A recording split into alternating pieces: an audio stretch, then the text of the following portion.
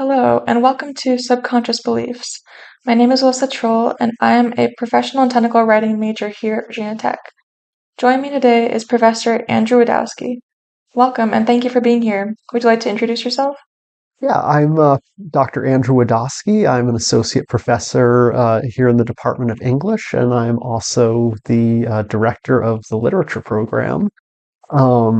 Area of expertise is English Renaissance literature, and most of my research and publication focuses on Renaissance poets Edmund Spenser and John Milton.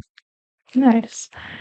So I feel like a lot of people see what they only want to see in certain things and immediately form their opinion of something based on its external appearance or due to societal stereotypes or stigmas. So I wanted to dive deeper and get insight into the importance of uncovering every side of the story and looking at it from all various angles before forming your own opinion. So first off, I want to ask, do you think it is fair to already have an opinion formed before reading a text or looking at a source, and why or why not?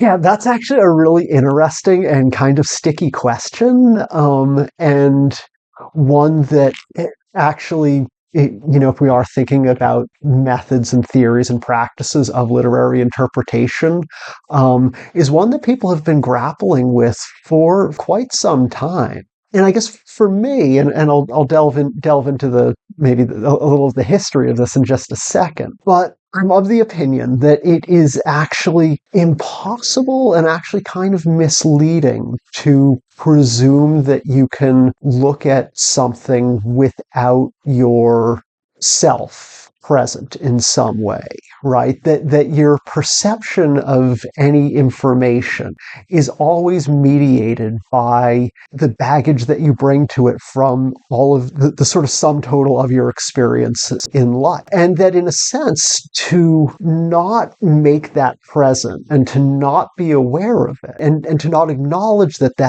it is a reality actually, I think, makes your interpretations far more susceptible to a certain kind of bias, right? And so what I'm kind of thinking of here, there's this very important German philosopher of language and literary theorist by the name of Hans-Georg Gadamer. He's associated with this approach to the study of really the study of interpretation. It's called hermeneutics. And he writes this very important book. The English translation of the title is Truth and Method. And one of the sort of basic premises that he's arguing in this book is that we can never actually approach anything in this sort of purely unmediated, unvarnished way, right? And the term that he has for it's often translated as prejudices. Prejudgment might be a better way to describe it. That we always have a certain kind of prejudgment, no matter what we're looking at. Knowledge formation, right? Yeah. So my next question was, do you think it's valid to share your personal perspectives for an essay that is just supposed to be your unbiased observations? Yeah. And again, that I think there needs to be some kind of self-reflexive understanding of those things. This can take different kinds of forms. Like, it doesn't have to be the first person narrative, like, here, I'm putting all of my cards on the table, right? I mean, in scholarship, for instance, this just simply takes the form of, I am making this argument within the kind of normative parameters of professional discourse, becomes a sort of announcement of the framework that I'm writing with it, right? But I think, just going in and understanding the way in which your assumptions and the knowledge that you have acquired over the course of your life is always going to shape what it is that you do. Like, if we're reading, say, some 17th century sermon or poem that is describing God as awesome, right? Maybe your experience as a person who has grown up in the 20th and or 21st century, you might say, "Oh, well, is God like?" This has certain connotations in modern English, right? In 17th century English, though, and what you would learn in class, it would become part of that tool bag of that toolkit of, I guess, prejudgment that you would then bring to this poem, so you would know what that word means. Is that awesome in 17th century English means like awe-inspiring and perhaps a little terrifying and grandiose, right? Which makes a little more sense.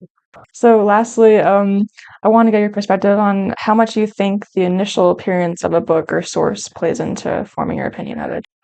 Yeah, that's a really interesting question. And I think, the sort of visual rhetoric plays a big role. I mean, certainly, a well-produced book, a book that doesn't have a cheap binding, that maybe has a compelling image, right? Maybe is going to suggest something to me about the quality of the book, right? And it often is the case that is true. It's not universal, and there are some really beautifully produced books that are garbage, and vice versa. So yeah, as someone who has had a book published, like I spent a lot of time with the editorial staff ensuring that it actually did look very good, because I'm very aware how these things can be received on, the marketing table Mhm. at a professional conference. If someone sees an engaging cover, they're more likely to pick up the book. Mhm. So I think that is an absolute fact of life, fair or not. Well, thank you so much, Professor Wadowski, for joining me today and for your insightful thoughts. I'm glad we were able to shed some light on the relationship between personal perspectives, bias, and where these things lie within viewing sources as well as writing about them. It appears that no matter what things we encounter, we always seem to view them through a filtered lens based on our life experiences and who we are as individuals, whether these biased beliefs are conscious or subconscious to us. Till next time.